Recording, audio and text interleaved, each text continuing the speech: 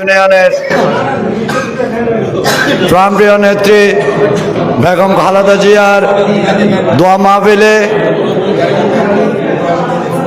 আজকের অনুষ্ঠানে সম্মানিত প্রধান অতিথি, বারবার কারা নির্যাতিত নেতা যিনি চৌধুরী পরিবারের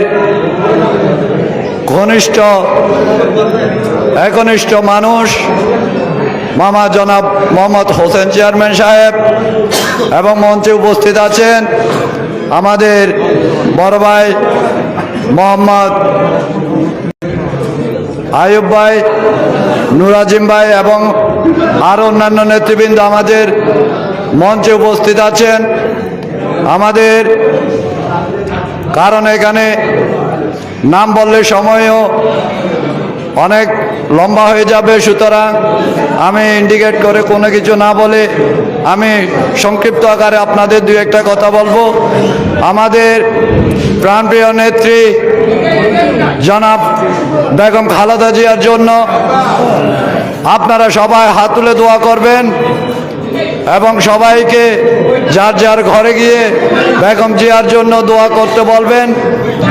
এবং উনি আপসহীন নেত্রী হিসেবে আমাদের বাংলাদেশে তথা বহির্বিশ্ব উনি একটা সুনাম অর্জন করেছেন আপসহীন হিসেবে। সাথে সাথে আপোষ করে উনি সেরকম কাজ দেশের জন্য যদি কোনো কিছু আপোষ করতে হয় সেরকমও আপোষ করেছে।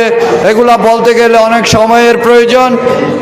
বেগম জিয়া কারণ ওনার জানাজায় প্রমাণ করে দিয়েছেন উনি বাংলাদেশে তথা পুরো বিশ্বে ওনার জনপ্রিয়তা কতটুকু উনি আমাদেরকে পুরো বাংলাদেশের মানুষকে জনগণকে উনি বুঝিয়ে দিয়েছেন।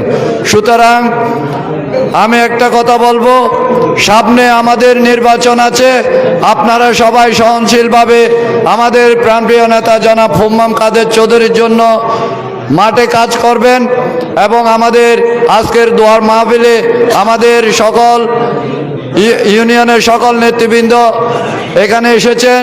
আপনাদেরকে অসংখ্য ধন্যবাদ জানিয়ে আমি আমার বক্তব্য এখানে শেষ করছি।